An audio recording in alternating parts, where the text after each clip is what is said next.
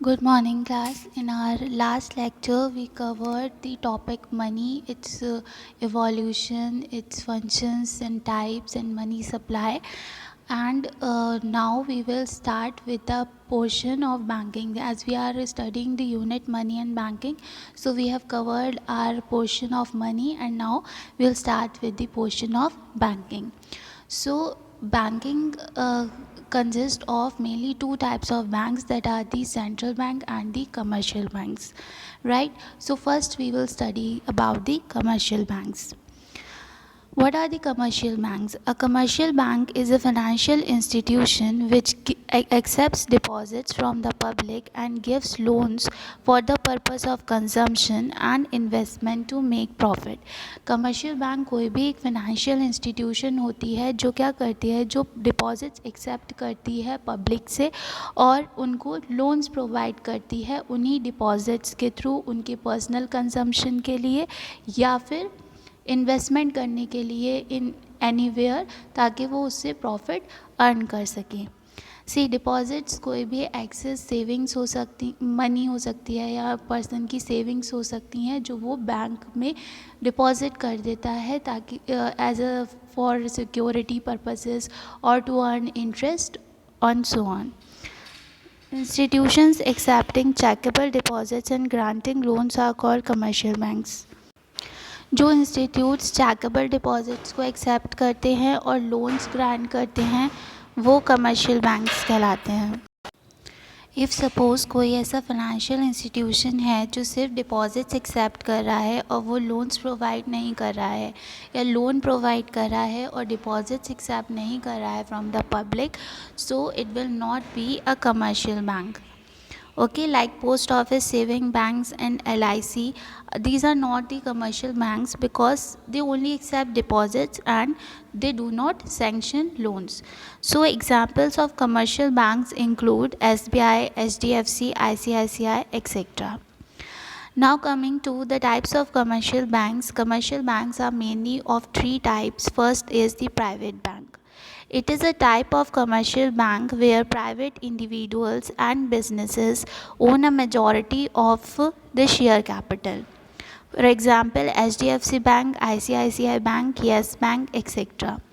कोई भी ऐसी कमर्शियल बैंक जिसमें मेजॉरिटी ऑफ स्टेक या शेयर कैपिटल में किसी प्राइवेट इंडिविजुअल का होता है या किसी बिजनेसमैन का होता है, जो प्राइवेट बिजनेसमैन का होता है, तो वहाँ पे वो बैंक प्राइवेट बैंक कहलाती है. अगर मीन्स जो शेयर कैपिटल है उसमें 50% से ज़्यादा, दैट इज़ 51% और मोर स्टेक किसी भी प्राइवेट इंडिविजुअल या बिजनेस का है तो वो एक प्राइवेट बैंक कहलाती है. जैसे हमें HDFC bank, ICICI bank, yes bank है. Next is the public bank. Public bank is a nationalized bank and the government holds a significant stake. जो पब्लिक बैंक होती है वो नेशनलाइज्ड होती है, नेशनल लेवल पे रन करती है और गवर्नमेंट इसमें मैक्सिमम स्टेक होल्ड करती है शेयर कैपिटल में, जैसे कि state bank of India, Punjab national bank, Dena bank, etcetera.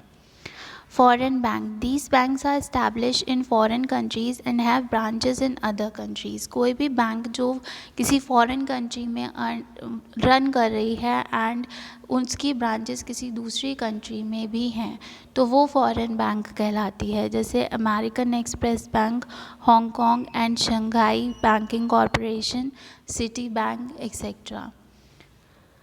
इनका मेन मोटिव होता है कि the more the deposits you have, the more loan you can sanction and the more profitable the bank will be. The next is the difference between the commercial bank and the central bank. Commercial bank और central bank में क्या difference है? So first is the number. There is only one central bank in a country and there are number of commercial banks in a country. Central bank किसी भी country की सिर्फ एक ही होती है और कमर्शियल बैंक्स बहुत सारी होती हैं एक कंट्री के अंदर. सेंट्रल बैंक जिससे इंडिया की central bank reserve bank of India है, और इंडिया में बहुत सारी कमर्शियल बैंक्स हैं जैसे SBI, HDFC and so on.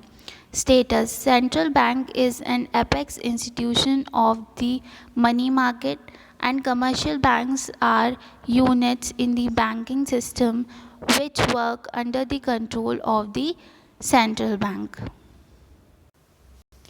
तो सेंट्रल बैंक जो है वो अपर मोस्ट बॉडी होती है सारी बैंक्स की, सब के ऊपर होती है सेंट्रल बैंक। और जो कमर्शियल बैंक्स हैं वो सेंट्रल बैंक के अंडर में वर्क करती हैं। And the next is the aim. The aim of central bank is to control and supervise monetary and banking system. जो सेंट्रल बैंक का मेन एम होता है वो ये होता है कि जितनी भी कमर्शियल बैंक्स हैं उनको कंट्रोल करना, उनको सुपरवाइज़ करते रहना। जो सेंट्रल बैंक है वो मनी की सप्लाई को कंट्रोल करती है और जो क्रेडिट का क्रिएशन है उसको कंट्रोल करती है। कमर्शियल बैंक्स के जो रिज़र्व का रेशियो होगा, जो percentage of reserve commercial banks को सेंट्रल बैंक के साथ रखनी है, वो सब डिसाइड करती है कितना रिज़र्व रखना है, परसेंटेज ऑफ डिपॉजिट्स का उसको। एंड द इंटरेस्ट रेट्स, ये सब चीज़ें सेंट्रल बैंक डिसाइड करती है और इस तरीके से वो कंट्रोल करती है और सुपरवाइज करती है कमर्शियल बैंक्स को। And the primary objective of commercial bank is to earn profit. किसी भी कमर्शियल बैंक का मेन ऑब्जेक्टिव प्रॉफिट अर्न करना होता है by accepting deposits and providing the loans. And the next is the ownership. Central bank is owned by the government and commercial banks may be owned by the government or by private parties. Central bank को government own करती है country की, और commercial banks को government भी own कर सकती है या प्राइवेट पार्टीज़ भी ओन कर सकती हैं। जिससे बैंक कमर्शियल बैंक्स पब्लिक भी होती हैं और प्राइवेट भी होती हैं, इसलिए इसको गवर्नमेंट भी ओन कर सकती है या प्राइवेट पार्टीज़ भी ओन कर सकती हैं। Next is dealing. Central bank does not deal directly with the public, commercial banks deal with the public. Central bank public से डायरेक्टली डील नहीं करती है, वो जो कमर्शियल बैंक्स हैं उनको कंट्रोल और सुपरवाइज करती है, और कमर्शियल बैंक्स डायरेक्टली एक्सेप्ट करती हैं डिपॉजिट्स पब्लिक के और उनको लोन्स प्रोवाइड कराती हैं। Next is issuing of currency. Central bank has the monopoly to issue currency and commercial banks are not authorised to issue currency. Central bank के पास ये मोनोपोली या सेंट्रलाइज्ड पावर होती है कि सिर्फ वही करेंसी को इशू कर सकती है, और कमर्शियल बैंक्स के पास ये अथॉरिटी नहीं होती है कि वो करेंसी इशू कर सके। Next is credit. Central bank controls availability of credit in the economy, commercial banks create credit in the economy. अब सेंट्रल बैंक क्या करती है, वो जो भी कैश रिज़र्व रेशियो है, बैंक रेट है, ये सारी चीज़ें वो डिसाइड करती है। इंटरेस्ट रेट्स हैं, तो ये और जो करेंसी कितनी इशू करनी है, मनी की सप्लाई है, इन सब चीज़ों के थ्रू वो क्या करती है, various quantitative and qualitative measures का यूज़ करके वो क्रेडिट को कंट्रोल करती है इकोनॉमी में कि कितना क्रेडिट अवेलेबल होगा कमर्शियल बैंक्स के पास to provide to the public. And commercial banks क्या करती हैं, कमर्शियल बैंक्स क्रेडिट को क्रिएट करती हैं। वो जो भी डिपॉजिट्स उनके पास पब्लिक से आते हैं वो उनके थ्रू लोन्स प्रोवाइड कराती हैं पब्लिक को, और इस वे में वो क्रेडिट का क्रिएशन करती हैं इकोनॉमी में। So our next topic is the functions of commercial bank. Commercial banks performs various functions like accepting deposits. The most significant and traditional function of commercial bank is accepting deposits of public under saving account, current account and fixed deposits. Commercial banks का सबसे traditional और primary function है deposits को accept करना public से, और deposits 3 ways में वो एक्सेप्ट करती है। First is the saving account, second current account and the fixed deposits. So what are current account deposits? These deposits are payable on demand and are termed as demand deposits. These are withdrawn anytime. No interest is paid on such deposits but check facility is provided. जितने भी businessman होते हैं उनको daily basis पे उनके बहुत सारे transactions होते हैं। So what they do, they open a current account with the commercial banks, और उसमें वो डेली बेसिस पे अपनी जितनी भी मनी होती है उसको डिपॉज़िट करते रहते हैं। इसमें उनको ये फ़ीचर होता है कि वो कभी भी ऑन डिमांड उसको विथड्रॉ कर सकते हैं किसी भी टाइम पर। इस पे कोई इंटरेस्ट रेट उनको पे नहीं किया जाता है, लेकिन उनको चेक फैसिलिटी प्रोवाइडेड होती है। Next is the fixed term deposits. These are deposits for a fixed time period which can be few days or few years. They do not enjoy check facility and are not payable on demand and can be withdrawn only after a certain period of time. The interest rate on such deposits is generally high. ये deposits एक fix time period के लिए public commercial banks के पास रखती है। It can be for few days और few years, और इसमें कोई चेक फैसिलिटी अवेलेबल नहीं होती है कि आप कभी भी इसको विड्रॉ कर सकते हो। आप इसको जब भी विड्रॉ कर सकते हो जब ये मैच्योर होता है मैच्योरिटी पीरियड पे, या फिर at a point of time, after a point of time which is fixed for such deposits. The interest rate is very high on such deposits. And then last is the saving account deposits. Such deposits are maintained by the households for the purpose of saving. They possess the features of both current and fixed deposits. They are payable on demand and the check facilities provided under certain restrictions. जो saving account deposits होते हैं वो deposits कोई भी house hold own करता है in the with the commercial banks, hold with the commercial bank, and it is mainly for the purpose of saving. जो भी हमारी excess earnings हैं, जो भी हाउस होल्ड्स होते हैं उनको सेव करने के लिए वो अपना एक सेविंग अकाउंट ओपन कर लेते हैं विद दी कमर्शियल बैंक्स. इसमें फ़ीचर्स होते हैं करंट अकाउंट के भी और फिक्स डिपॉजिट्स के भी. करंट अकाउंट के फीचर्स इस तरीके से कि कभी भी ऑन डिमांड हम इनको विड्रॉ कर सकते हैं, end of fix deposits because इस पे एक इंटरेस्ट रेट अवेलेबल होता है जो फिक्स डिपॉजिट से लेस होता है. Now the next function is providing loans. The second important function of commercial bank is advancing loans to public to fulfill their needs of money. Loan may be granted in the following forms. जो second important function है वो commercial bank का loan provide करना है public को ताकि वो अपनी मनी की नीड्स को फुलफ़िल कर सके, और लोन फॉलोइंग फॉर्म्स में प्रोवाइड किया जा सकता है. पहला है cash credit. Cash credit. Under this scheme, an eligible borrower is first sanctioned a credit limit up to which he may borrow from bank. The actual withdrawing depend on the withdrawing power of the borrower. Cash credit में क्या होता है कि जो current account holders होते हैं उनको एक फैसिलिटी प्रोवाइड की जाती है कि एक मतलब अगर उनके अकाउंट में मान लीजिए 10,000 रुपीज़ हैं एंड एक चेक आता है, वो इशू करते हैं एक cheque that is of 13,000 suppose. So उस केस में क्या होगा कि उनको एक लिमिट सेट कर दी जाएगी कि जितने मतलब अमाउंट तक उनका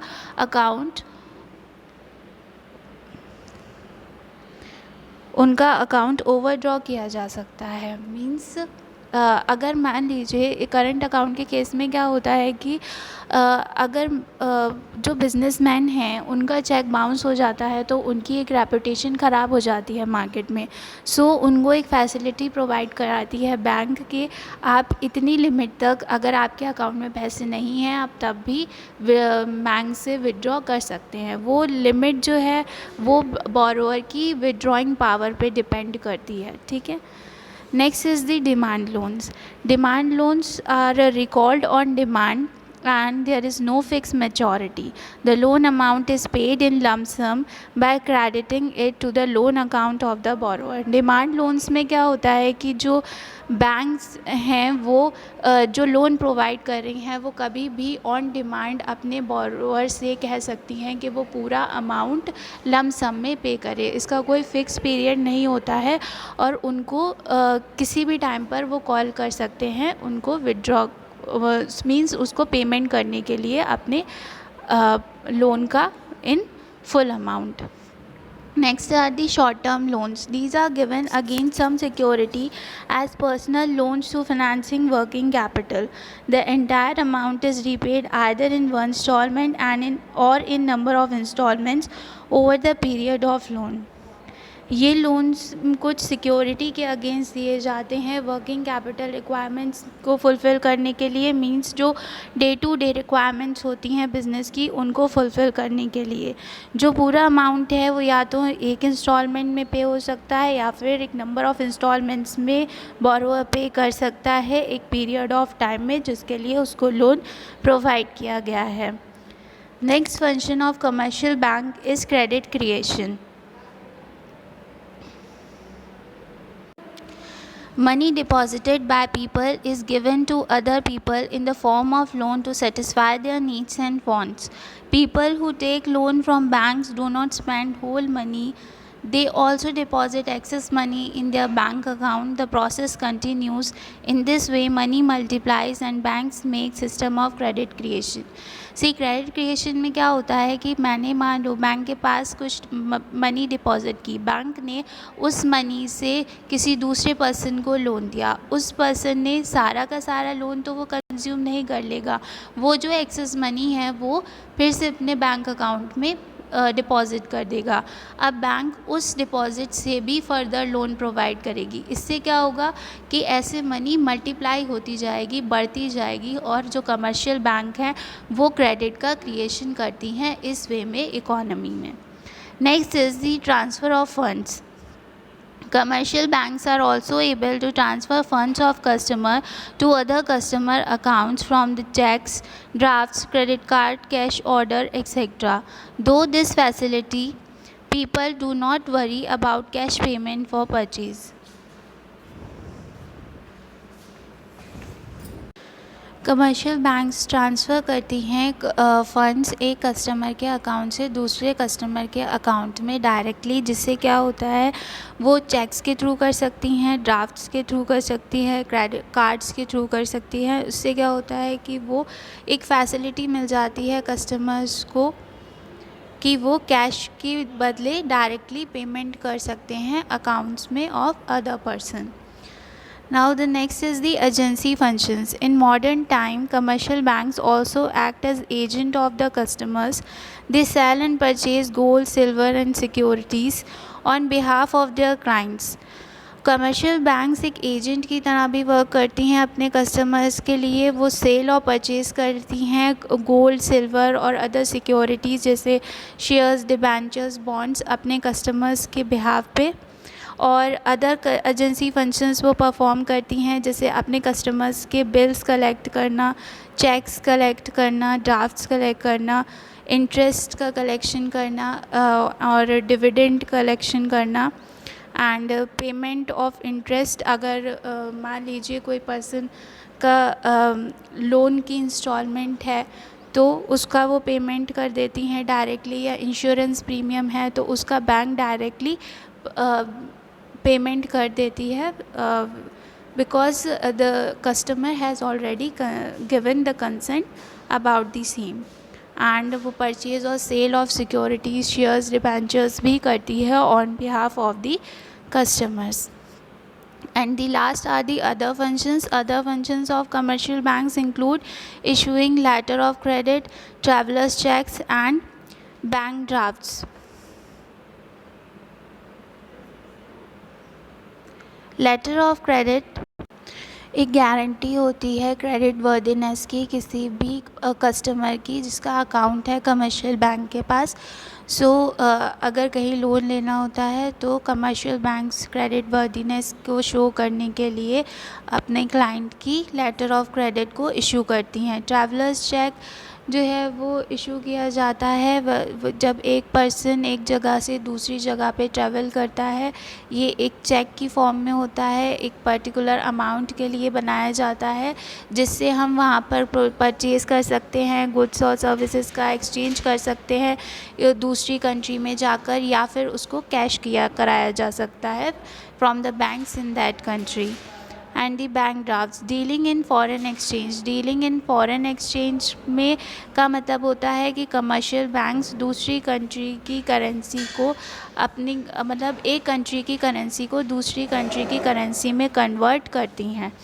investment suggestions to clients and advisory functions. ये इन्वेस्टमेंट सजेशंस भी प्रोवाइड करती हैं अपने क्लाइंट्स को और एडवाइस देती हैं। And the locker services.